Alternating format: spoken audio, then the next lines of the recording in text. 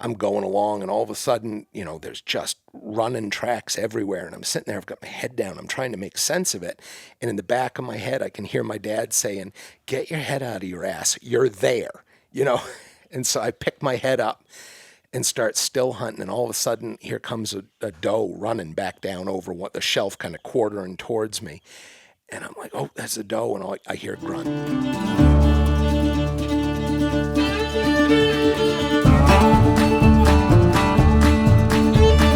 Welcome to another episode of Northwoods Whitetails. I'm your host, Travis Williams. I'm sitting down tonight with Mark Head and his hello, Marky Mac. Hello, how's it going? And his buddy Tim Nolin. Hi there. Tim, how are you? I'm great. Thanks for making the trip over. You live in Ossipee? Yep. So tell the listeners a little bit about yourself, how you and Mark kind of got to know each other. All right. Well, I grew up on a working farm in Moultonboro. It's been in my family for about 100 years now.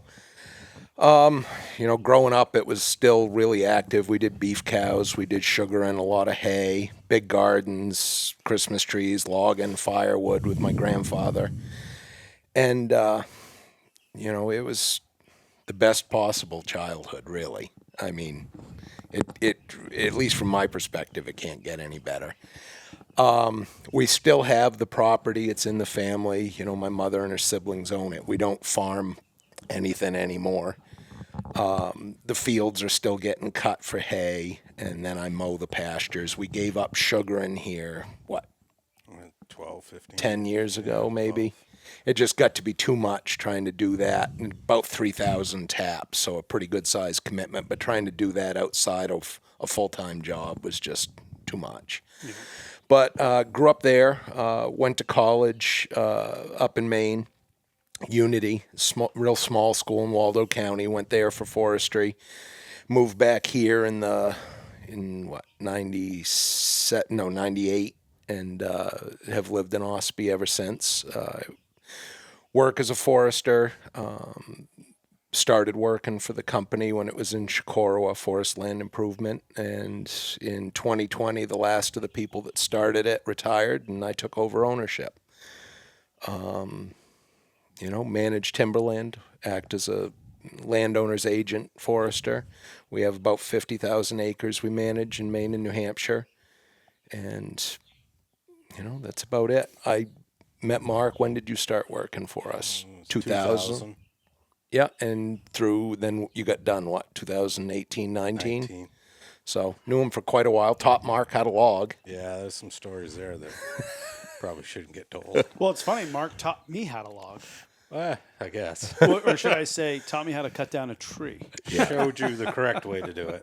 Yeah. Mark worked. He was fresh out of high school. He was just... You weren't even 21 yet when you come to work for us. I think I just turned 21, maybe. Yeah, and he and I hit it right off. We started hunting and fishing together pretty regular right off the bat, and here we are, 25 years later. Right. That's pretty cool. Yeah, I've heard a lot of.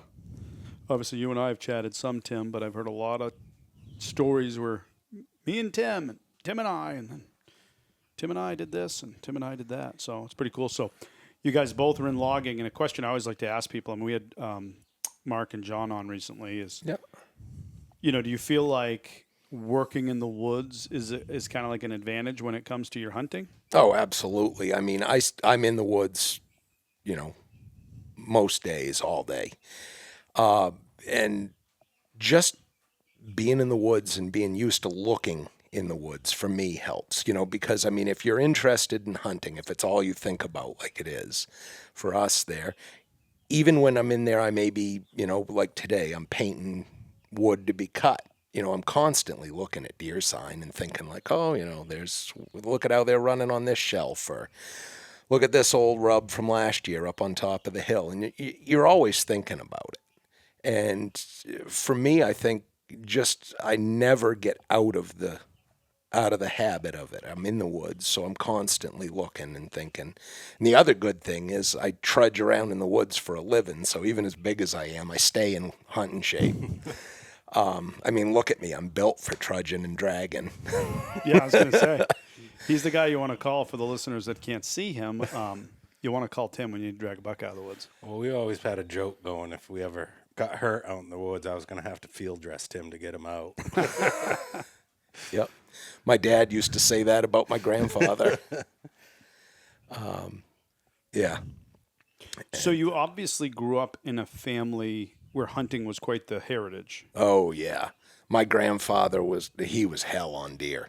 And him and my dad, they're all dead, so we can say this. But I mean, that man, we had a lot of beef cows. And, you know, my mother grew up on the farm, and they didn't eat much beef, but they ate a lot of red meat.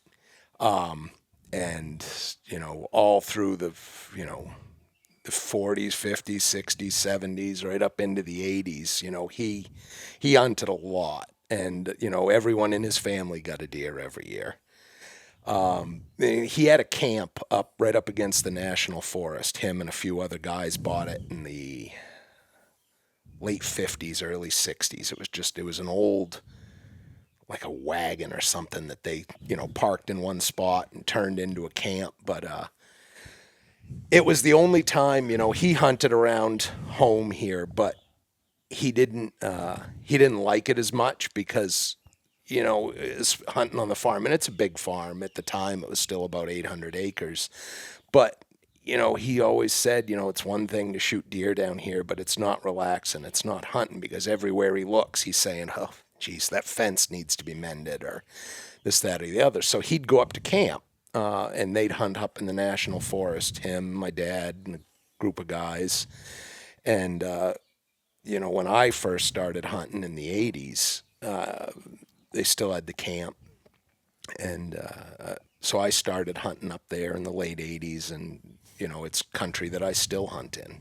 You know, that's, 30 years or more. 40 years. Yeah, I don't know. Time flies. It's been a long time, but, you know, there's country that I can remember being up there, and, you know, even before I was, you know, carrying a gun myself, being up in there, you know, with them when they shot deer and that. And then, you know, they knew that country so well, because you know how it is in the National Forest, there's not a lot of deer, but you figure out where the deer travel through the big woods. And it's funny that even this long down the line, the deer still travel in the same spots. You know where to go to pick up a track. You know where to go. Or if you move some deer, if you got 2 or 3 guys hunting up in there, you can say, well, you run all the way up this ridge back 3 or 4 saddles, and I'm going to swing down here and swing up around this side of the mountain. And if I bump something, odds are it's going to go through that saddle way up in there.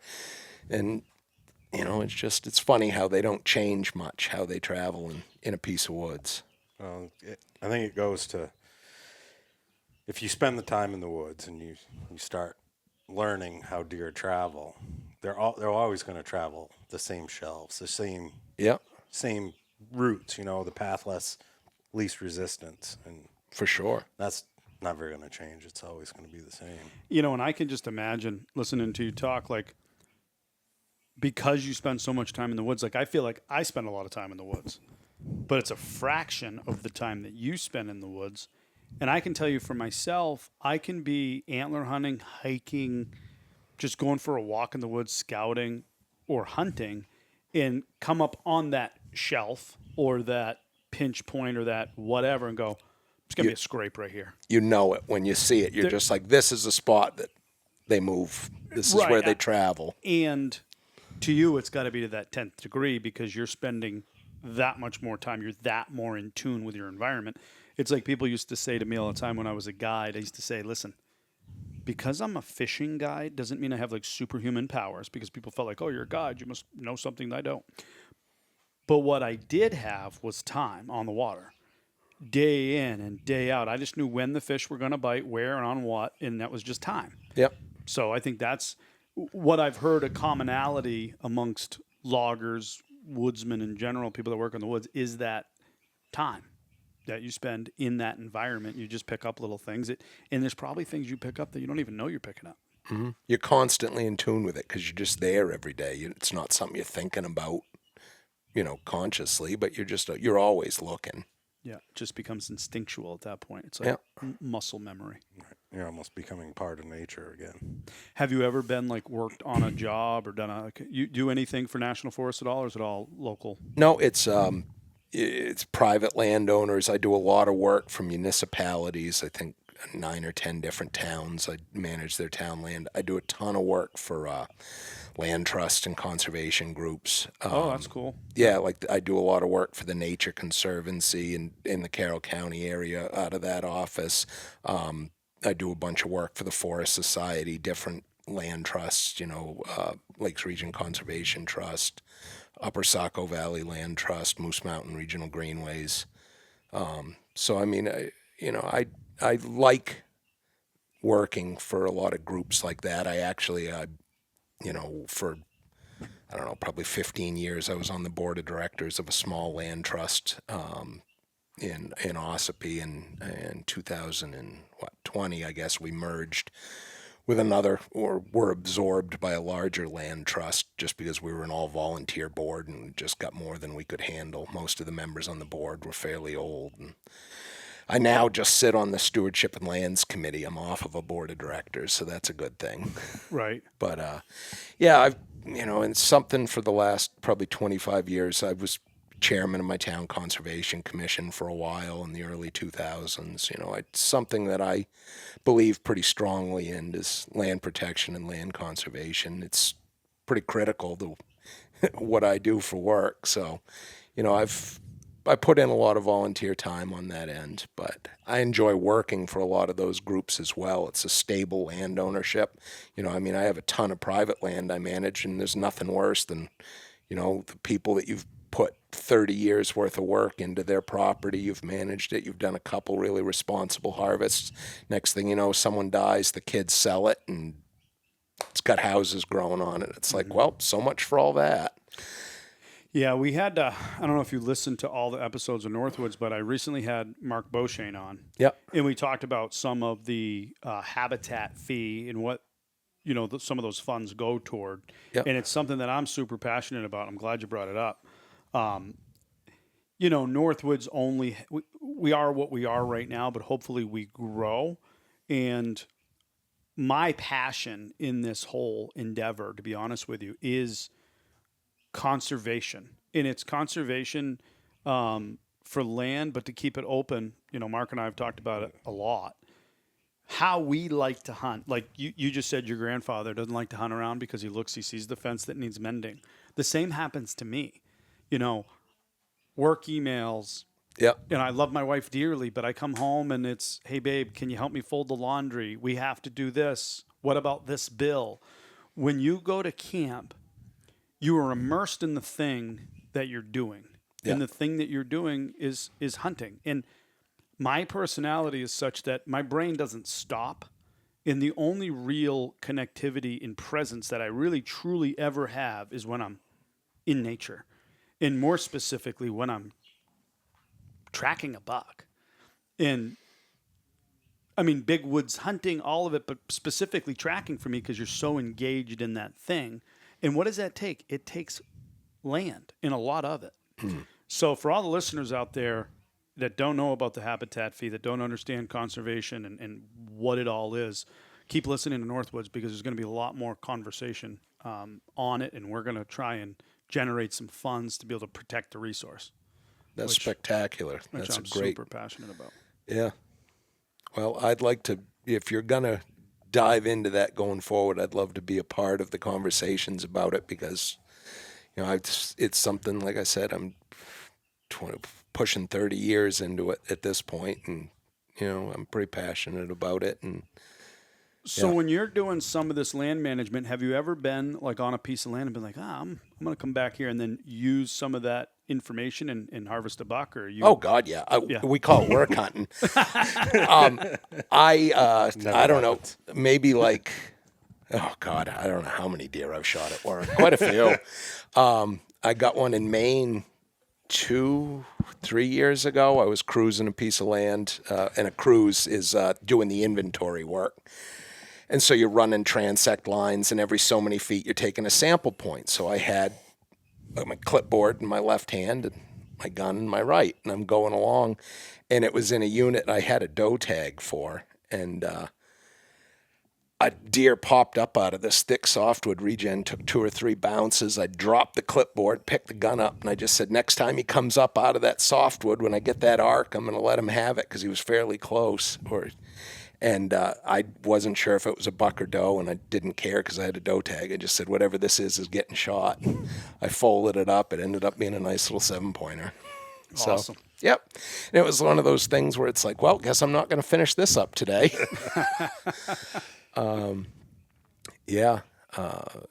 Actually, and then the very next year, I checked on that timber sale I had going over there where Bruce and Dave were working in the morning, and took my gun for a walk up on the mountain after I painted some wood for them and shot a nice buck up in there. So You got that one there on Turkey Street. Oh, yeah, that's right. was We years pulled ago. that out with a skidder. I like yeah. that. Yeah, we were showing this other kid, Chris, there that worked for us. It was a lot. We were actually doing some scarifying, not so much logging it. We'd already cut it in the summer. And we had a scarifying drag that we'd pull behind the skidder for exposing mineral soil. It's really good for getting pine regeneration. So I was walking Chris around, showing him the areas that we needed done. And it was in November. It was the last day of muzzleloader season, that Tuesday. And jumped up a really nice buck who was bedded down with a doe. And they took off. I didn't have my gun with me. It was back in the truck. So we went back. I grabbed my gun and went back out there. And I got fairly close to where I thought they were. And I blatted a couple of times like a fawn or I don't know how to describe it, like a doe bleed, I guess. I call it like a calf blat from living on the farm. But anyway, and a different buck. It wasn't as good as the one I saw, but a nice little, was it a 6 or an 8? 6 or an 8, small 8. Yeah, I don't remember. He came charging down the hill. I'm assuming he had just lost out on that doe, and he thought maybe there might have been another one there, but he ran down the hill. Like, I couldn't believe that it was working. When I heard the deer coming, I'm sitting there going, that can't be a deer coming. There's no way in hell. It came running down the hill right to me. I was like, well, that'll work. Boom. And yeah, the skidder was right there. We were able to go hitch it up and drag the thing right up. So the interesting part about that is it wasn't a tipper can or anything. You did it with your mouth. Yeah. Yeah. Yeah, and I mean, for me, the noise that I make is what, like a calf cow, not a deer or anything, Right. but the noise that a calf cow makes when it's calling for its mother is what I kind of associate those tipper cans to. Mm-hmm. So, I mean, I've been making that noise my whole life, just screwing around with the cows. So there we go.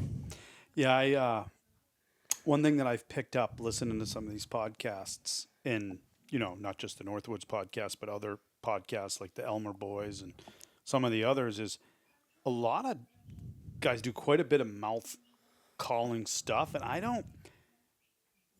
feel like I need to do more of it.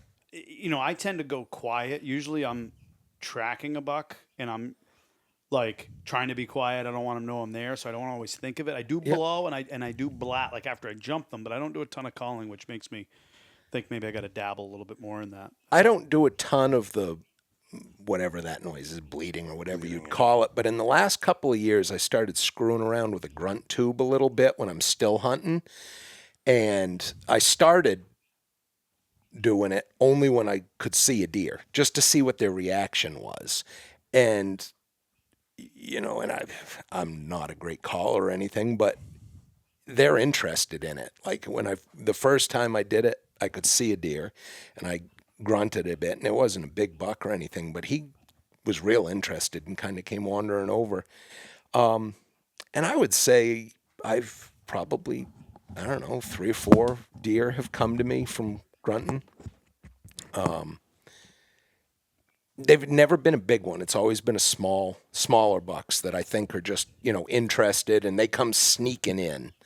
The only thing that I've ever called that literally came charging in was that one up there. And I think that was just that set of circumstances right there where there was a hot doe, a bigger buck had her all cordoned off, and he thought maybe he was going to run right in and find something else. And he was in a hurry, I guess. Right. So I want to dive into a story, and I've got one teed up in my brain because I don't remember what year it was, but I remember Mark called me, and we hunt a similar area. you and I, as it may be, Yep. which is, it's a small world. The woods get smaller and smaller. It's like, Mm-hmm. you get out in some of these pieces and you're like, I'm the only one that's going to be hunting here because you're so deep. And then it's like, I get a text from Mark. Yeah, Tim shot a buck there last year. But let's hear that one. The one I'm talking about. I'm not going to name any spots, but there's a big river near there. You had to drag yeah. you hurt your back. Jesus Christ, yes. All right. So that was the culmination of the best 3 days of hunting I've had in my life. It was early in the main season. You know how sometimes, depending on the calendar, main season can start like October 26th or 7th. Like last year. This year it's going to start late. Yeah. So we had got snow, like a foot of snow on the Sunday between Residence Day and main season opening. And my buddy Dana and I went up there and we got the worst motel room ever. But we went up on Sunday, and getting up to where we had to go up over this pretty good elevation road. And, the snow is deep enough up top. We were dragging pumpkins trying to get up through. We had to stop and cut trees and that. We got down there. And so we hunted, and it was perfect because the temperature stayed like 31 degrees. So the snow never really melted. It didn't crust. It just stayed like The way it just felt, perfect. yeah. But so we hunted one piece, and this is National Forest. But we hunted one piece. One day we both ended up tracking a buck. I don't think either one of us got a look at it that first day on Monday, but just ran ourselves ragged, good day. The next day I saw, hands down, the biggest bodied buck I've ever seen in my life, and frigged up on it because way back in there, and I see a doe and it go, and my first thought was I jumped it, god damn it.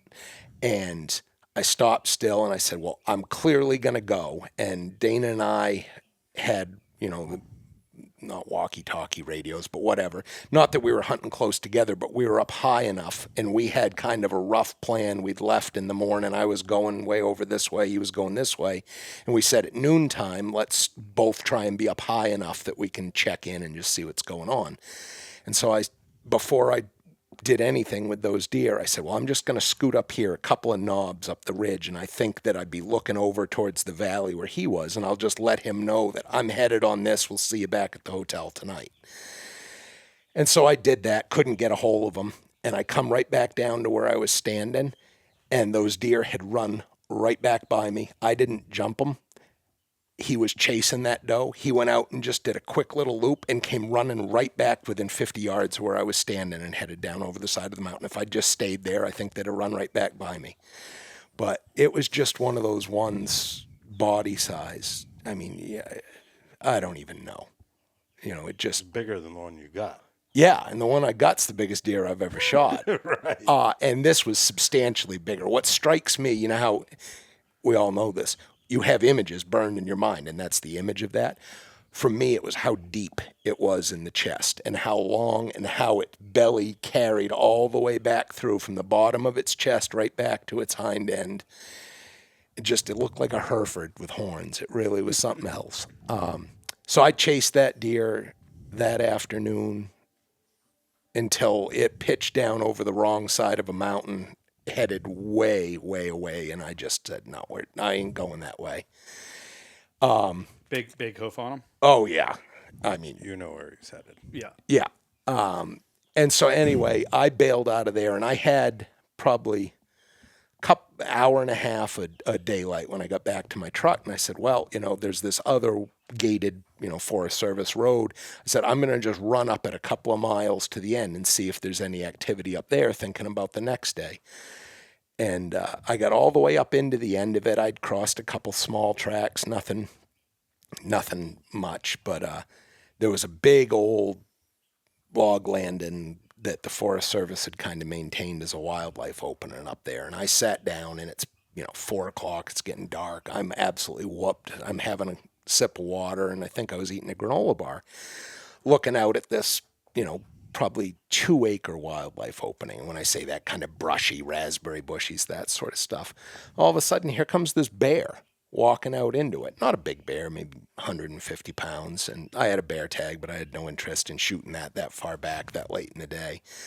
And so it walks out in there. And actually ended up getting a video of it. I got up and I walked closer to it, and then they had piled up some rocks there, and that bear climbed up onto that rock pile. And by that point, I'd walked up to where I was 50, 60 yards from it. And that bear's looking back down the bottom of that edge, kind of in the direction I'd come up. And I hollered at him. I was like, hey, bear, hey, bear. And finally he whipped his head around and off he went. And I was like, well, that was pretty darn cool. And so I went back and kind of got organized, and I start walking right back down the same road I'd come. Well, it turns out while I was sitting there dicking around with my phone, that bear was looking down at 3 deer, a buck and 2 does that were standing in the road looking at me look at the bear. There was a great big hoof on it, totally different, not the deer I was chasing earlier, but there was definitely 2 does and a big old buck, and they took off running. And those tracks were not there when I walked up by 5 minutes earlier. Mm-hmm. So I just said, well, you moron. I followed that track out, but I only probably had half an hour till it was dark. And so the next morning I said, well, I'm going to go right back up in there. I drove to that gate first thing, and there was another truck parked there. I'm like, well, I'll go somewhere else. So I went down and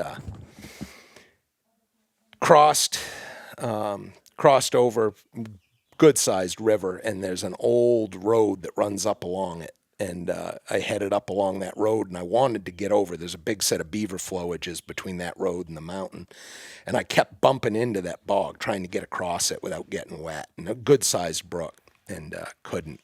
Finally, I got across it. As soon as I got across that, I picked up a really nice buck track, good hoof on it. And he was cruising, traveling, so I started following him. And I went not that awful far, maybe from where I picked his track up 3/4 of a mile or so. And he was gradually running up these shelves. And all of a sudden, he got onto a shelf that just was full of feeding sign. There was some oaks there that had acorns. And big oaks, a lot of understory fir and hemlock and patches, where you could see real good, but then there's spots you can't see. And I'm going along, and all of a sudden, there's just running tracks everywhere. And I'm sitting there, I've got my head down. I'm trying to make sense of it. And in the back of my head, I can hear my dad saying, get your head out of your ass. You're there, And so I pick my head up and start still hunting. And all of a sudden, here comes a doe running back down over the shelf, kind of quartering towards me. And I'm like, oh, that's a doe. And I hear a grunt. And it's like, oh, here we go. And he was following her, and she came in towards me, and then she angled away, and he was coming, and I think he saw, I couldn't see him at the time, but I'm guessing he saw that she'd angled, so he didn't come all the way down her track. He was cutting across that shelf, and I just got enough glimpses. Oh, there's plenty of horns there, and the next opening he came to, I dumped him. But that's the heaviest deer I've ever shot. And what did he weigh? He was 211. Field dressed. Yeah, oh yeah, everything. Yeah, like cleaned and actually. Yeah, you want to be able to open their mouth out and see out their asshole. Yeah, I make that comment because Yeah. I think there's a lot of guys that, the 200-pound thing's a coveted thing, and Oh yeah. And we all know them. Yeah. The people that every deer they shoot's 200 pounds. But Yeah. the three of us sitting here together have collectively shot. You sent me some pictures. I've got 2 that are over 200. And you've shot a pile of impressive deer. Yeah. Mark's shot a pile of impressive Only deer. one 200-pounder. And I've shot a few, right? I mean, I shot a handful of mature bucks, and I've got 2. 2. You've got 2. I got 1. And you got 1. Yeah. So, but that some was anecdotal data for you. Yeah, and that was Halloween day. That was early in the season. Like, I didn't think he was going to go 200. And then the drag out. That's where the story now it gets interesting. So I knew I had to cross that beaver flowage, and I didn't want to drag him down and hit that beaver flowage and not be able to cross. So I said, well, what I'm going to do is take my gun and my coat and all that and pitch down over and find a good spot to cross, get that across, get all that lugged across, and then come back for the deer. I did that, and I ended up, it wasn't an awful spot. We I brought him across a beaver dam. He slid off once. I had to wrestle him back up out of that. Got him out to this trail. And then my dad, years ago, when we hunted up in the National Forest, he built himself a cart for lugging deer. It's got front tires on motorcycles. Yeah, dirt bike tires. Yeah, dirt bike tires on it. My dad was a welder machinist, so I mean, it's nice. It's got brakes. And it's high enough that you can roll over stuff real good. I mean, we've carried some deer miles on it. So once I got him to this old road trail, I went back to the truck. It was about 1.5 miles. And there's one spot where they'd pulled the bridge, and it was a pretty good gully with a brook. And of course, it was up. So I was, to get across that, I was well up over my knees in the water. Went back, got the cart, got him out there, got him loaded on the cart. And then I'm saying, geez, he might weigh more than I thought, after wrestling him up on there. Brought him out. And of course, I get to that washed out brook, and it's probably like 10 feet, 12 feet down from the road down into that. And I'm like, I don't, so I take him off the cart, and I get him down in there. And we get washed downstream, and I get him lodged under a rock. The current took him and got him lodged. And so to get him out, I had to go farther downstream, and the gully that the brook is in is getting deeper. So I get him up, and then I'm trying to get him up the other side of this, just sliding back down. The snow's 6, 7, 8 inches deep with wet snow. Finally, I had to use ratchet straps and hook him and ratchet strap him, like come along him up the side of that bank, and got him up to the top. Went back, got the cart, waded back through the brook again, loaded him back on the cart, got the rest of the way out, and then I'm sitting there trying to get him in the back of my truck, and I am absolutely spent by this point. He'd keep pulling him up, and he'd fall back down, pull him up, fall back down. This old guy stops, and he's like, "Can I give you a hand?" And he comes over, and nothing. I was like, you're just going to hurt yourself. Finally, I managed to get him dragged up onto a bank and then drive the truck down into the ditch. I managed to get him in the truck, but that was quite a session. Oh, you were lame for a week after that. Yeah. As I recall. Those I've said it before, and I'm going to say it probably many more times. The suffrage is what. The more you suffer, the harder the hunt was, the more rewarding it was, and then when you have it all culminate. Yeah. That's probably what led to 3 of the best days of hunting of your life. And then to shoot the deer. Absolutely. The big boy. And so would you say you do quite a bit of tracking? Is that your preferred method? Or not nearly as much as you guys do, just because I don't go up north as much as you do. I hunt mostly, Carroll County, Oxford County, lower Oxford County. I mean, don't get me wrong. If it snows, I track. And I've shot deer track. And that year I ended up getting my New Hampshire deer tracking as well. That was that picture of all of us in Flap Shop there. Yeah, that's right. Year. And that one, I mean, that same year, what was that, 187? That was a rack buck too. Oh, yeah. Yeah. Yeah. Like I said, I don't do as much tracking. I do more still hunting just because I don't have the snow. But given the opportunity, I certainly do. This year I did a fair little bit. I got my Maine buck tracking. I chased a lot up in Maine. We had some pretty good snow, actually. But anyway, oh shit, I was headed somewhere. Oh, what I was going to say is that was Halloween Day, third day of the season. I shot that. It went 211. The other deer I got over 200 pounds was the last Sunday of New Hampshire season. So that's generally like the 4th, 5th, 6th of December. He went 205. And you look at his body was way bigger. I mean, there was nothing left of him, no fat, just completely spun right out and still went over 200 pounds. Length makes a difference. Yeah. It really long, does. long way up. The one I killed this year in Maine, he only weighed I don't even remember now, was it 181? Yeah, 180 something.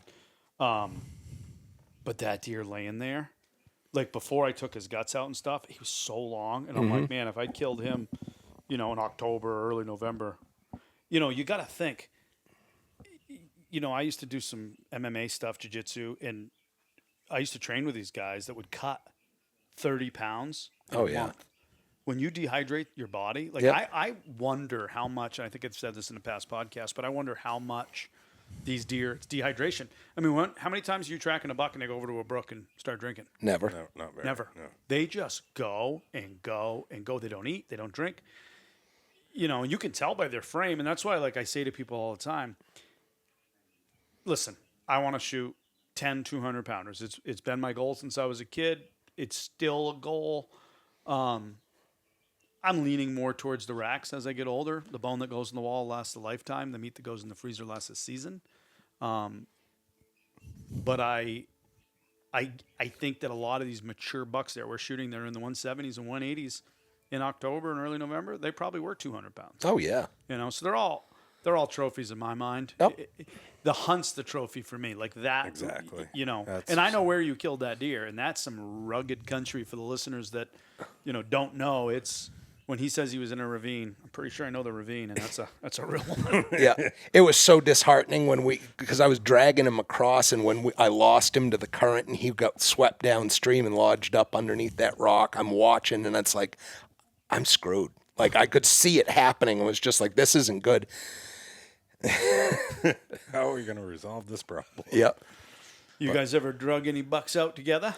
Oh yeah. Yeah, I'm there for all of his shitty drags, and he's there for none of mine. I got some buddies that say the same. That's not necessarily how it plans out. How many miles was that deer? 3.5 miles? Yeah, we use the Oh, car. we don't speak of. Brooke, bleep that out. Beep, beep. Yeah. But yeah, that was 3.5 That was miles. 3.5. That deer scored 144. Yeah. 7. That was Mark and I were out there Is all. that your one or his? Mine. I Yours. was at one. That was that big tall 8? Tall 8. Yeah. Yeah. That was a nicer deer. I was out there lower down on the hill. It's a beautiful ridge that if you can get way out there, you can run it back with the wind in your face and with bare ground. And I was down kind of at the base of it where there's some swamps and some hemlock, and he was up quite a ways up the ridge, more or less running parallel back for that few miles. And my dad was in, mile or so from the road. Yeah. And Mark shot, and there is cell phone service there. And I called my dad up, and he says, I heard that shot and knew how far out there we were. He says, I almost shut my goddamn phone off.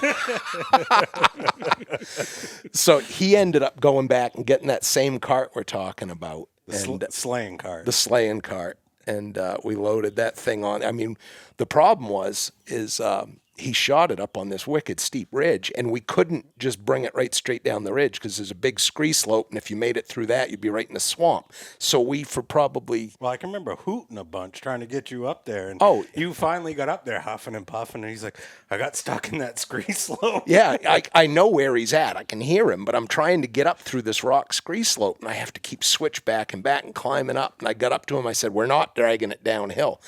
So we had to drag it side hill for probably 3/4 of a mile before we could pitch down over. It was so steep that we ended up tying my dragging rope onto the tail of the deer, and I was at the ass end of it, keeping the deer from sliding downhill while he pulled it forward. That was a good time. Yeah. Now, wasn't that a super long drag, too? Well, to get him out of the woods, it was, 3 miles, 3.5 miles. That's a super long drag. But we had the cart, the slaying cart. For the last couple miles, it was rolling. Does this cart still exist? Oh, yeah. We need to get a picture of that thing. I got to see that. Yeah. It's a slick rig. Yep. Sounds it. And then the other one that was over 2 miles was that one with the lobster claw front on its antler. Yep. That was late in the year. Yeah, that was probably my best hunt I've ever had, my most memorable. Well, let's hear it. Let's dovetail this thing together. All right. So, I'll weigh in when we get to the shitty drag part. So, it was that week I took off. I always took that last week off. Yep. So it was the last week of December. And I was done hunting, right? Yeah, you were at work. I always took that Thanksgiving to the end of the season off.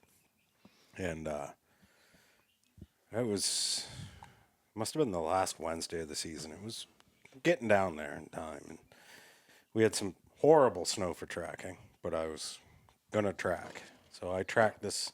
It was crusty, right? Crusty. It was like walking on light bulbs.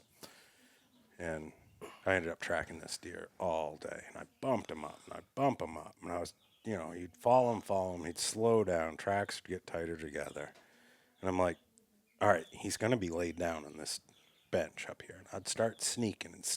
But you can't sneak in crust that goes smash, and you hear the chunk sliding down the hill. Tink, tink, tink, Yeah, tink, tink. yeah. You're not sneaking through that.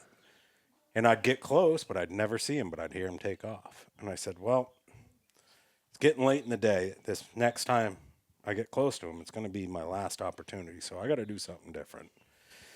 And I said, I'm just going to walk. Just keep on walking. I got to do something. Crunch up on them. Crunch up on him, yep. So that's what I ended up doing. And I don't know if I bumped him or what, but he was coming back down along this little seasonal drainage. And he didn't get much further once we crossed paths. And I don't know, it was right after 3:15 in the afternoon. I was just getting ready to leave work Yeah. after, at the end of the day, and he sends me a picture of it, Dad, and GPS coordinates. And I'm like, all right, I'm coming. And I got to the gate. There's a gated road that goes at the base of this mountain. And I got to the gate, and I had my GPS unit, and he sent me another set of coordinates based on how far he managed to drag it. And I put him in a straight line. It was like 1.78 miles in a straight line. And I'm looking at him like, we're not going in a straight line. And I've been dragging on this deer for half hour, 45 minutes already. And it's getting dark. So I started hoofing, and I got up in there I made good time. You made good time. You were, Yeah. And I got up in there, and we muckled onto that thing. And it was another one where you couldn't just bring him out straight. We had to bring him down the hill and then pick that road up. And go side hill and out. Yeah, Jesus. It was well dark. Yeah. It was, for me. But, I mean, between the two of us, we wasn't muckle bad. onto something we can drag. Yeah. I mean. Yeah. Lean It's into coming it. out. Yeah. I don't know. For me, it was the most rewarding hunt I've ever had. Just because at the end of the day, I was mentally and physically exhausted. Mm-hmm. Just trying to figure out, like, how am I going to connect with this thing, Yeah, I think some of it with some of those hunts, like the one you just described, it's a mental thing too, because and a lot of people don't understand that listen to these accounts. Like when you're tracking, you're constantly thinking. You are so engaged in trying to harvest that animal that you second guess everything you did. All right, should I give him 30? Should I give him 10? That was that one. Okay. All right, we'll make sure to give Brooke a picture of this. That's just a little thing. Yeah, that's that. Like 20 plus inside? That was 20, 22, 21 inside. It's a giant. Yeah. It's a giant. So, well, I've learned Mark doesn't come running on the drags. I shot one this year, and we were hunting. We were within earshot on the radios, and he says, "You got that all right, don't you?" Well, I asked. You're going to get that out. That's in sales, we call that an assumptive close. Right. We'll see. I'd make a good salesman, wouldn't I? Yes, you would. Yeah, I get that buck there in New Hampshire, and I mean, in all fairness and truth, I did say, "Listen, guys, I got it." Because it was like, I think I killed him at like 11:30. Yeah, it's like I don't care if it takes all day. Keep hunting. I've let heard, everyone else go. I've heard lots of guys say it's the most fun, hard work that you'll do, and there's nothing like being, you've got nothing else To do. You're just gonna muckle hold of this thing and drag it. I had to go through a couple brooks, and it ended up being a little bit more difficult, because you look on the, we use GPSs or OnX, and you're just looking as the crow flies. You're not really looking at the topography. In this particular area that I'd shot the deer, I hadn't hunted in a bunch. But it was an absolute shithole between me and where I had to go. But it was still fun, and I didn't really need help. It would have been – I like the camaraderie of it. Yep. Like, when your friend comes, you're enjoying that moment, that experience. And then like what you and Mark are talking about right here, you're reliving that. You have somebody to – Mark and I double teamed a couple bucks in the last couple of years. We both shot deer, I think 2 years in a row. We both got Maine and New Hampshire bucks, and we're like, well, let's go to Vermont. And we messed around in Vermont and just, no pressure, just chasing them around the mountains, and there's a lot of laughs. Mm-hmm. He'd fall, I'd laugh. I'd fall, he'd laugh. He'd go in a beaver bog. Yep. Stuff. I had wounded a deer. This was, pushing 10 years ago now. And he and I were blood trailing it. And actually, I had hit it the first time and was following it. And he got out in front of it. And he got two more into it. And the thing's still going. And we're talking about laughing as we got out into this great big old beaver bog that's all grown up with swale grass and that, and you could see where the deer had crossed this brook and had gone up the other side. And I looked at him and I was like, "You think we can jump that?" And he's like, "Probably not." And I was like, "Well, I'm going to give it a go." Here, Mark, hold my beer. Yeah. And I looked at him. I said, "We're going to remember this." Or I said, I don't remember what I said. It was something along the lines of, "We're going to talk about this." And I didn't make it, but whatever. But I was 2/3 of the way across. So, by the time I hit the water.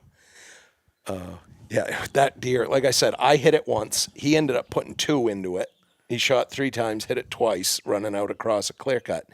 And we followed that thing till dark. It was Thanksgiving Day. I messed, and we had our buddy Caleb involved with it too. So it fouled up all 3 of our Thanksgiving dinners. We had some pissed off wives. Yeah, whatever. And then the next day, we went back, and I got onto the blood trail again. And Mark was, I think you'd gone up to camp, but I had my buddy Dana and Caleb and his dad, and we've never found the deer. The bleeding had come right down to just about nothing. But as part of that hunt, our buddy Dana, who hunted a little bit as a kid but had kind of given it up and he wasn't that into it, he ended up shooting his first deer that day because we had lost it in a different section of the same bog, and Caleb and I were pushing through, seeing if we could jump it up, drive it out, and we put Dana down in one spot and Blair up in another, and Caleb jumped up a really nice buck and ran it right to Dana, and he shot it, and it was his first deer ever, and we were all there, and it was so friggin' cool. And I think he's got a deer every year since then. He's hooked. Yeah, he got hooked. Completely hooked. It's all he thinks about and talks about now. But he was, if he's 10 years old, he was probably 35 when he shot his first deer. No kidding. And the excitement and just being there was one of the best things ever. And I've got another good friend of ours hunted for the first time in his 40s, and he got his first deer 2 years ago. And I don't even think I was hunting, but I was close enough by that I went over and showed him how to gut it and all of that. And I don't know, I think that was one of the coolest things. Those 2 guys, full-grown adults, but getting them to be there when they shoot there, or be, there right after they shoot it, and the excitement, that's cool. It's really cool. It's probably the biggest thing I miss about guiding is the connectivity that you get with the hunters. Yeah. I'll never forget it. I did some guiding with Jason Parent, New Hampshire Guide Service. I think they changed it to Northern New England Outfitters. And he had hired me to just help. He had got a client, and it was these 2 guys. They were in their 70s. God, I wish I remembered their names. And they kind of booked me as a semi-guided hunt. So they had me for a weekend, like a Saturday, Sunday, the open in New Hampshire hunt. This was back in, I want to say 2007 or 6, something like that. It was brutal. It was 70 degrees, and it was a J2 hunt. So this zone where we're in right now. Yeah. So not an overly moosey right, zone. It's not moose trampling. It's not like in northern New Hampshire. And I'd done a little scouting. Jason had helped me, and I was in a spot, actually, ironically, not as the crow flies too far from where we're sitting here, but we hunted hard. I pushed these guys for 2 full days. Again, in their mid-70s, older gentlemen. They were into beekeeping, honeys. They grew giant pumpkins, which remember you were into for a little bit. I grew some, yeah. And just salt of the earth people. And I felt so bad. We hunted so hard for 2 days, and they were feeling it after a couple of days of trudging around the woods in 70-degree weather. Yeah. And so we'd gone back to the truck. We were having some lunch, and I said, guys, just sit here for a minute. I'm going to take a walk.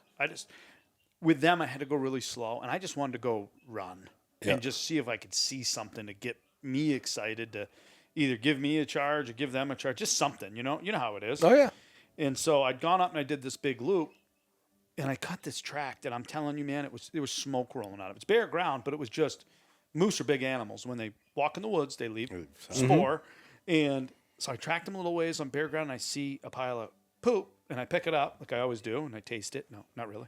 I picked it up, and it's soft. It's green. You break it up, and it's still warm. I'm like, this moose, and it's 70. They don't, as you well know, they don't go anywhere. No. So I run back down the trail. I'm like, guys, Come on. I finish up your water. I need one last push. And I back up for a second. I had given them an extra day. So I'd Saturday, Sunday, Monday. Meanwhile, I was supposed to go out and help with a hunt up north. But I gave them the day on me. I said, guys, I'm giving you another day. Don't worry about any charges or whatever. And long story short, we get up there. We start tracking this moose, which obviously bare ground tracking is arduous. And I'm just picking my way, and my head's down. And all of a sudden, the moose was bedded, and he got up. And, moose aren't the fastest animals in the world, and they're pretty easy to shoot running because they don't bound like a deer. Yeah. And he took off, and I went, right there. And I kind of like ducked because the guys were behind me. I don't want to get shot in the back. And boom, boom, they both shoot. Actually, no, the one guy shot. And, I watched him shoot. The gun came to about his hip. He was not, line of sight, aiming. And I just see the moose disappear. And I'm like, you on safe? He's like, yeah. I said, all right, come with me. And we go running up there. And there he lay. He'd spined him, and we end up finishing him off. And I'll never forget. It was super warm. I called my dad. He showed up with the ATV and ATV trailer because that's how we were going to get out of the woods. And, we had our little moment, high five, hugging, celebrating. And they're like, if you don't mind, we'd like to field dress the moose. It's something that we're capable of. We'd like to do it. I said, well, listen, you guys get going on it. I'm going to go get my dad, he'd get some blocks of ice, get him cooled off. And so I'd gone back, met my dad, came back up, and they had finished field dressing it, which they did a good job on. And they were both hugging and like tearing up a little bit, And I'll be honest with you, I teared up a little bit. For me to have that experience with them and just see the joy and the genuine excitement and me to be the facilitator of that, I was hooked. Still am. Like, I love guiding for moose. I love guiding for anything. But so what you were just talking about with that, Yeah. There's nothing like it. And I think that's a profound experience when you're so passionate about a thing to then see somebody else get joy in the thing that you're so passionate about. It's undescribable, really. Yep. Well, I think so. My buddy John, he was the same way. Started hunting in his mid-30s or something like that, and I think you have a greater respect for it than you do if you were, 10, 12 years old and got your first animal. Not that you don't respect it, but It's different. it's totally different. It's, Yeah. you understand the difficulty it was to get this animal and what it's going to be. It's going to be food. It's going to be, for your family for the next year. I think it's more meaningful, probably. Well, you've got a fully developed adult brain. It's not like you're an 11-year-old kid who, Right. I remember it as being unbelievably cool, but it's different. You're not a grown-up. You're not processing things the same. Right. Yeah. So you spoke of food. Do you ever eat venison? I've been known to. So Mark told me something, and I think he's probably misspeaking when he says this, but he claims that you ate venison, and that was the only red meat that you ate for a whole year. Oh, yeah, most years. If I eat beef half a dozen times a year, I eat deer meat. So you literally, basically eat deer meat. Yeah, pretty much. That's awesome. I do like cow. It's good and all, but I end up with freezer full of venison, so that's what I eat. Yeah. My wife doesn't eat much meat. Not that she objects to eating meat, she just doesn't care for it. But my daughter and I will eat 3 deer a year. That's awesome. Yeah, we eat a ton. I tend to get in these little phases where I kind of like get into cooking other things. I'm like, God, I got to eat venison again. But venison is part of our diet. I had venison burgers last night. Yeah, I had steak last night and a leftover steak sandwich for lunch today. And so you weren't fibbing. wasn't The lying. man eats venison. yeah, Currently doing the carnivore diet, so You are? all I'm eating is meat. There you It's go. been a pretty cool experience. It was just a quick story on it. Somebody at work was chatting about it, like, "Hey, thinking about doing carnivore." And I'm like, I've listened to some podcasts and whatever. It's intrigued me a little bit, listen to Joe Rogan, and then the next couple days later, I was at a friend's house and we were playing poker, and the guy that was there I'd met, and I didn't recognize him. He's like, "You've met me," and I'm like, "Yeah, guy, you look familiar." Anyway, he'd lost like 47 pounds, and he was doing what he called a low inflammatory diet. He had MS, and big hunter. Actually, I think I'd met him with my buddy Lance prior to. But anyway, he basically was like, the diet that I'm doing is basically a carnivore diet. I mean, I eat some fruits and select vegetables and some avocado. So that was like a couple days later. Well, then 3 days later, we have a sponsorship that we're working on with Mark Woodman of Woodman Arms, and they're making us a custom carbine 20-inch muzzleloader, which should be out soon. I'm hopeful. I call Mark all the time. Mark, if you're listening, can't wait to put my hands on one of those. But I'd called him. He just ran in the Boston Marathon, and we started chatting.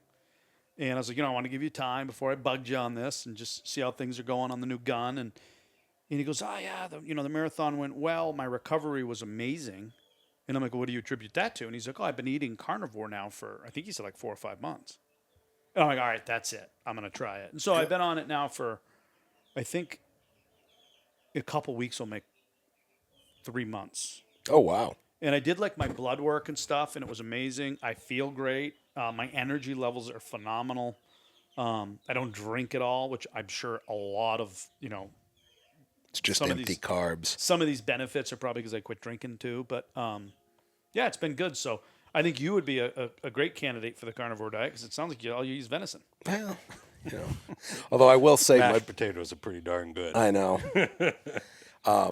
My buddy had gotten a beef cow from his neighbor, and he gave me a couple of good steaks. We ate them, I don't know, last week or the weekend before, and you forget how good beef is. Meat with fat in it, big fat cap on it. It's like, boy, that's awful nice. Well, I'll tell you, that's one of the things that I've noticed being on this diet is I used to kind of pick around the fat. I'd eat some, but like I'd eat with like Pete at work, right? Peter Weeks, deer killer himself.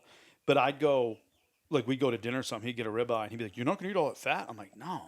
Now, dude, no fat gets. Oh, yeah. Like, it's amazing. It's the best part. Don't waste that. You're at least for me, my palate's changed in that regard a little bit. But yeah, big venison fan. So you're right. It kind of dovetails everything together because as I've gotten older, like the appreciation in today's world, I think especially knowing where your meat comes from. Oh, shit, yeah.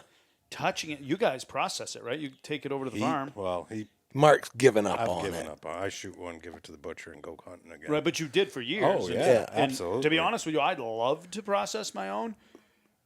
I'll be honest, it's my own selfish drive that makes me go drop it off at the butcher, and because you only get a month. That's why. And after it, I'm going to be dreaming about it for the rest of the year. So I want to capitalize on the time that I have to be able to actually physically hunt if I got to process my deer. But I would love to because for all those reasons. You harvested it, and now you're processing it. And for me, growing up on the farm, we butchered beef cows, we butchered pigs. Right. It's just, for me, it's part of it. It always has been. From the time I was old enough to get in the way trying to help, I've been cutting up animals. And, most of our crew, and like I said, Mark's given up on it, but everyone else, we still have to come back and have a couple we still of cut deer. And that's the fun part of it is, you get a couple of guys together, and generally we have, a big enough group of guys that, sometimes we get a couple to do it once and that, and it's a good time. I think the last one we did in Graham's house there in the basement, we had that earthquake. Oh, that's the last right. one of mine. Yeah, we did. That's right. I don't know if we thought the furnace was going to blow up. So over at the farm, up in what was my grandparents' house, we're set up for butchering. Big industrial Hobart grinder, big long tables, freezer paper, scales, like coolers. I mean, we're set up for butchering beef cows, so this is nothing. So I do have a good situation there. Yeah, it's pretty handy. Yeah. I'd love to know how many deer we've cut. I mean, and not just me. I'm talking about my grandfather over the years, and how many have gone through that butchering facility there would be hundreds. If hundreds. Those tables could speak. I mean, you sent me that picture of your grandfather with all those hides in the back. I mean, Yeah, that's ridiculous. Like I said, he was hell on deer. He put a little hurting on him. Yes, he was. And, for as many deer as that man shot, there's not a single rack anywhere. my dad said he would cut the antlers off before he even dragged him out of the woods. If it was a buck unit, he'd leave 3-inch stubs or whatever was a legal thing. There was one set of horns that was kicking around the barn that would have filled a bushel basket that was so big even he had to keep. And I watched him sell it. It was in the fall of the year. And we had an apple orchard there, and we were selling apples. We had just fruit stand in front of the barn and that. And some guy was in there buying apples, and he looks up. It was set up on top of this old refrigerator just inside the door of the barn that we use for storing gas cans in. And I mean, honest to God, it would have filled a bushel basket is how I would describe this 60, rat. 70-inch deer. And the guy was so wound up about it. And he said, "Oh, can I see that?" And my grandfather said, "Yeah, go right ahead." And he got it down. He says, "Oh, would you ever sell this?" My grandfather was like, "I don't know. That was $20 sound." And there it went. That was the only set of horns that ever existed from the lifetime of that man shooting deer. And in a way, as much as as you can see, you're in my house right now, Yep. cherish the antlers and put them on display and put a lot of work into getting them. I kind of respect that, because I think in today's world, we're so caught up in the destination and we almost don't want the journey in a way. Yeah. And I think that right there describes, for him, it was the meat. Yeah. Probably almost all of that, right? But I'm sure there was that. He loved it. It was journey. it was for him like getting up to camp and I'm like I said, he shot plenty of deer on that farm, more than I could probably even fathom. But for him, getting for that week or two he'd spend up at camp it was getting away from the farm. It was getting away from work. It was getting up into the woods, and he just loved it. Yeah. For me, I work in the woods all day, every day. And hunting season is the only time I get to spend in the woods when I'm not at work.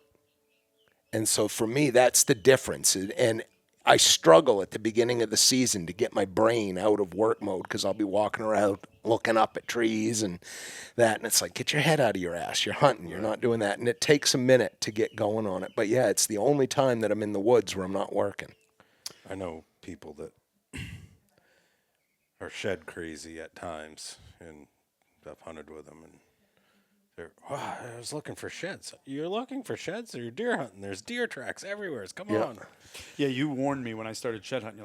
You're like, don't become, so driven. And it's funny, man. I just shift gears. Right. Like, I like to look for moose antlers, but then once it's deer hunting, I'll walk over a moose antler. Yeah. Oh, yeah. I I can't tell you how many I've found. I was just, Oh, God. take a picture of it, and like George will look at it, and he's just like, "You didn't lug that out?" And I was like, "No, I'm deer hunting." Maybe I'll drop a pin on it and come back, but I maybe not. found a cork and moose antler tracking in the snow up north this year, and I hung it up in a tree just figuring. I mean, it was fresh. It still had blood on the tip of it and some hair. I mean, it was snowing like a son of a bitch that day, and there was snow on it, but I bet you it hadn't been there 24 hours.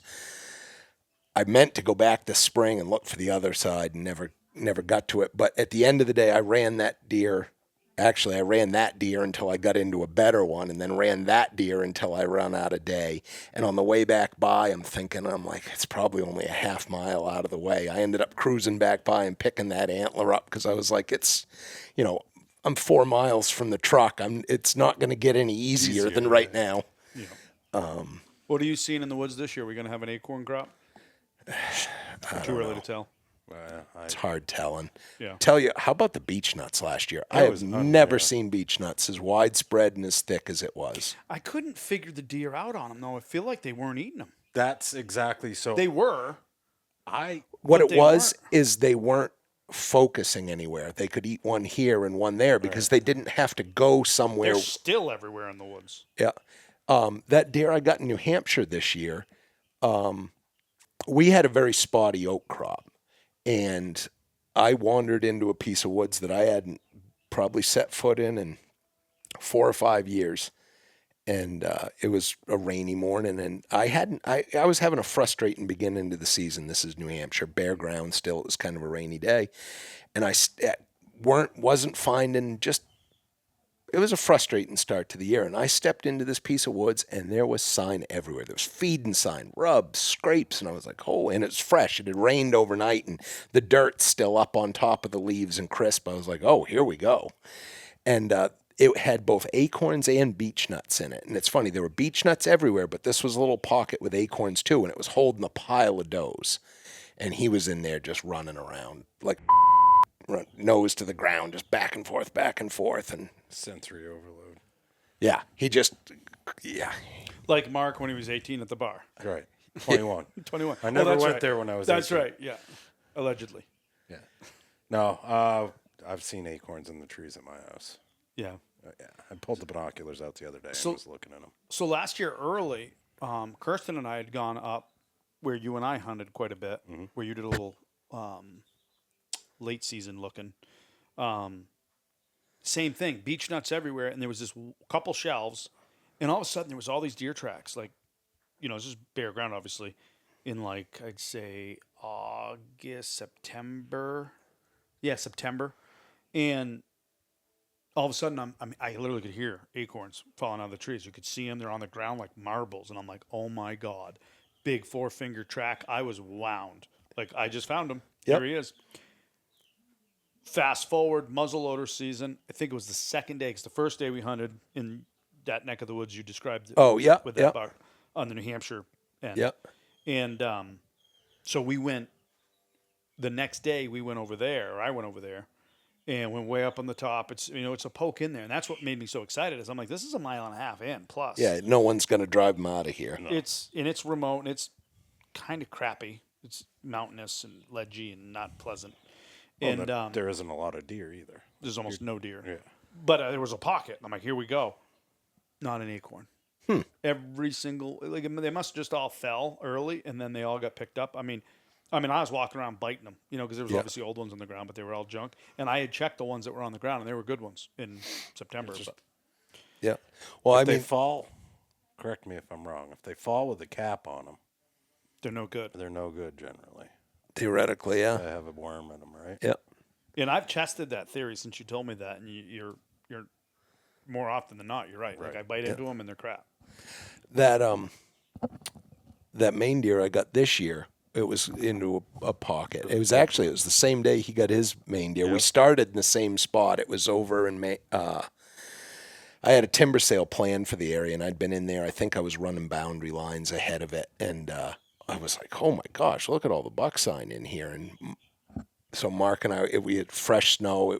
Was it still snowing, or it just wrapped up? It wrapped up before daylight. So we started. He headed in his direction, ended up with his deer. I went down into this section, picked up a track. It wasn't an awful big track, but it was, almost the end of main muzzleloader. I was not being fussy. If I seen anything legal, it was dying that day. And all this thick softwood, all folded over with the fresh snow. And that deer, we went around and around and around. I bumped him a few times, never see him, but I'd had to have been 20 yards from him to see him in that thick stuff. Finally, I got sopping wet. I was like, the hell with this. I knew a spot 10 minutes, 15 minutes down the road where it's open woods. I was like, I know. And it's somewhere I'd hunted a bunch this year, chased some deer around in. So I ended up going over there and picking a track up. We went up over the mountain, quartering down the other side. And he finally got into a group of does feeding in the only acorns on that mountain. And it was the same thing as I was saying. I'm following the track along, and all of a sudden there's feeding and sign everywhere. And it's that, you're here, start paying attention. And sure enough, he was standing there looking downhill, and I couldn't see the does, but they were all laying down there. You could see the beds afterwards. And he was just standing there perfectly still, just watching them does. His head was behind a cluster of trees. I couldn't see horns at first. We stood there for a few minutes, and finally he spun his head around. And I said, oh, there's plenty of horns there. Boom. What are you hunting with for a rifle? Well, that was muzzleloader. Yeah. Oh, yeah, that's right. I've got one of those, I don't even know the name of it. It's the Thompson Center break open ones. It was like those when they took over the patent for those LHR, or Strike, I think it's called. And it's all right.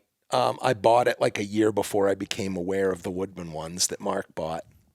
And then with rifle season, I hunt On foul weather, I have a peep-sighted pump gun, and normal weather, a bolt gun. My dad passed away here in January of 23, and I hunted this year with the deer rifle that he built. Like I said, he was a welder, machinist, really a craftsman with metal. His father, when he got out of the Navy, was a gunsmith. My dad inherited all of that gun shop and the tools, and he built up a bunch of really, really nice Mauser 98 bolt action deer rifles. And the very best one he made was his own. He built it in the late 80s. It's Gorgeous. a gorgeous gun. Beautiful. When I say he built it, it was a bare-barreled action, beautiful scroll engraving on it. But he built a banded fright ramped front sight on it. He did it like I guess you'd call it an express style, like the English safari rifles, but it's a thin stocked 30-06. He bought a blank piece of figured English walnut, carved the stock. Oh, wow. I can remember in the 80s, my mother coming unglued when she found out he spent $500 on a chunk of wood. And this is like 1986, when $500 is a lot of money, and we didn't have much money growing up.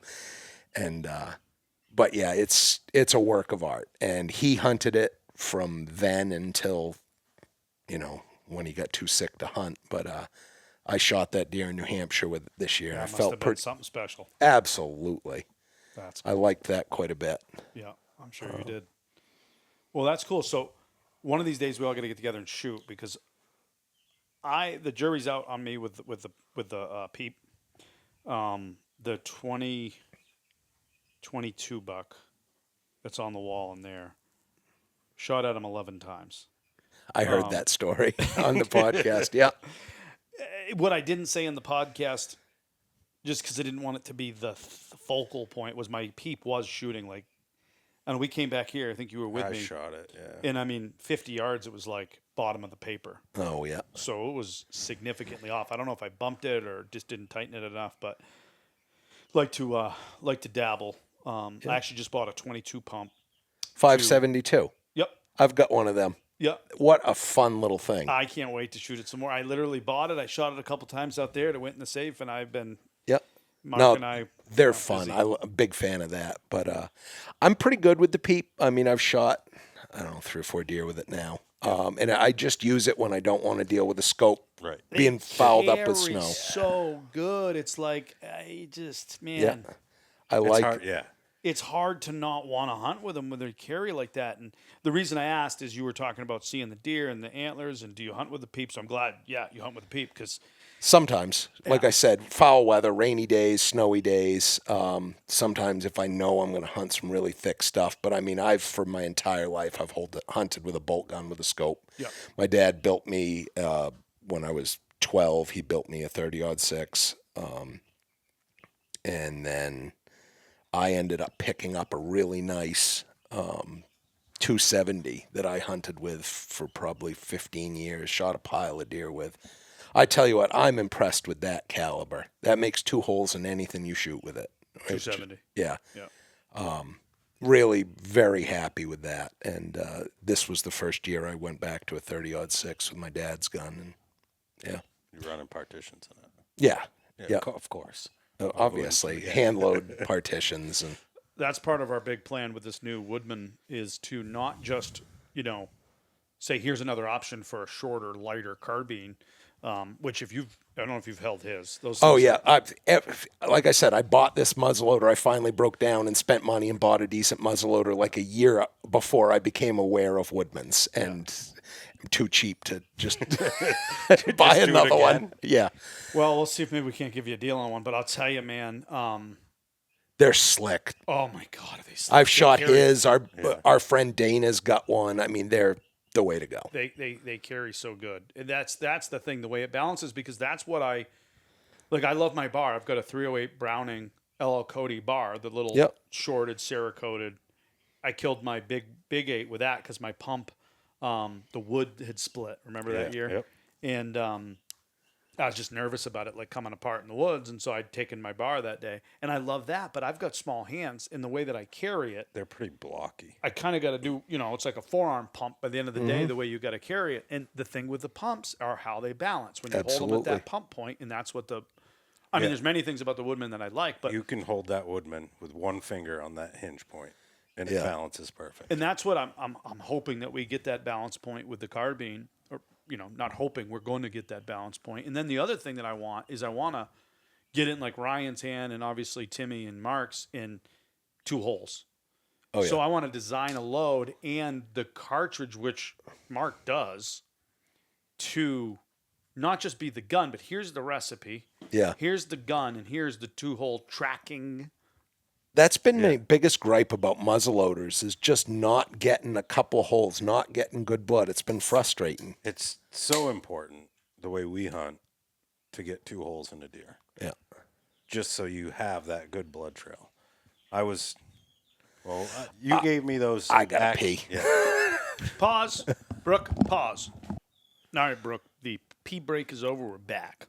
Yeah, so, I think having kind of the full recipe, because let's face it, people like Mark and Timmy Balduck, that's what they do, right? It's like your dad. He built the great gun because he's a mechanical engineer and works with that sort of stuff. Me, I'm a salesman. I'm fortunate to have some buddies like Mark and Ryan who do hand loads and stuff. But I kind of want to take all the guessmanship out for the average guy like myself. And when you pick one up, here's the recipe. This is what you want to shoot, 100 grains by volume. Here's the bullet. We've R&D'd it. We've shot it. It's going to make 2 holes. This is a tracking muzzleloader for a specific thing. So excited. We'll see where it goes. But yeah, those Woodmans are sweet. Yeah, they are. You guys run the 45 caliber one like Dana, right? I got 45. Yeah, I got a 45. We'll dig it out of the safe before you leave. I really wish that. Like I said, I missed it by a year. Yeah. But I don't think I'd switch and go to a 50. Not that I have a problem now, because I just buy Woodman's bullets there that they supply. But if you were to go to like Walmart or something like that, it's hard to find 45 caliber projectiles. oh yeah, for sure. Components are tough these days. I'm trying to remember. I bought some bullets for my muzzleloader because I was pretty unhappy with what the results I was getting with it. And I've shot a few deer with it now. I think the name was maybe Precision. It was somewhere from out west. I don't know. But they're better but still not where we want. You were using those 300 grainers there. Oh, yeah, that's right. I had Nosler muzzleloader bullets, 300 grain, and they just punish you to shoot. I had to Knock your fillings out. Yeah. I got a buddy that's kind of doing some. He was on the podcast, Jamie Savage. He was on once, and then he's got that double teaming video on the channel. Him and his buddy Kyle there killed 2 bucks at the same time. I don't know if you've seen that video. It's pretty good. It's on our YouTube. But Jamie's been exploring with the big heavy grain muzzleloader stuff, trying to brush cut. And I got to imagine those 300 grain bullets going a little slower would be more.